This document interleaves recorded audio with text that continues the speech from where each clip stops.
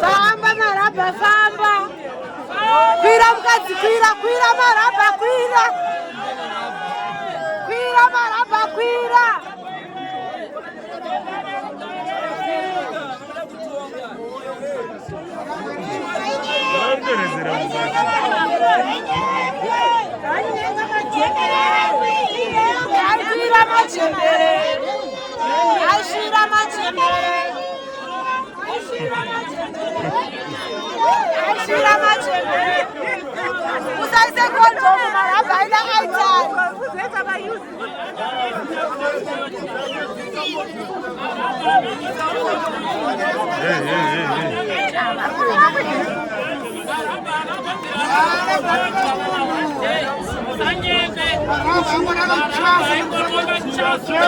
Maraba ishira cheti.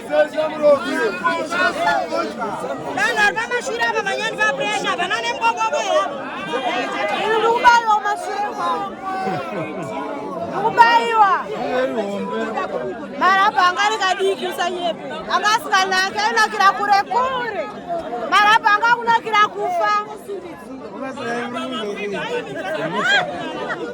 Maraba ngakuna kira kufa kure kure.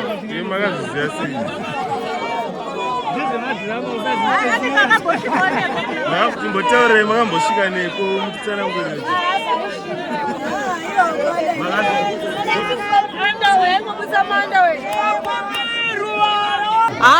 Munoona mhuri yeZimbabwe tinongoziva kuti pane chiitiko chakadai, tinoona vamwe vapindira vane rudo rwekuita zvinhu.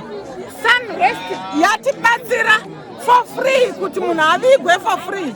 Chiitiko chikuru tinonzwa kutenda zvikuru kuSunrest company funeral policy yabatsira zvese kuprovida motikari zvese nebox everything vatibatsira. Tichizotendawo Zimlash yatibetsera nesutu yakanaka yekuti mufi wedu aende akapfeka.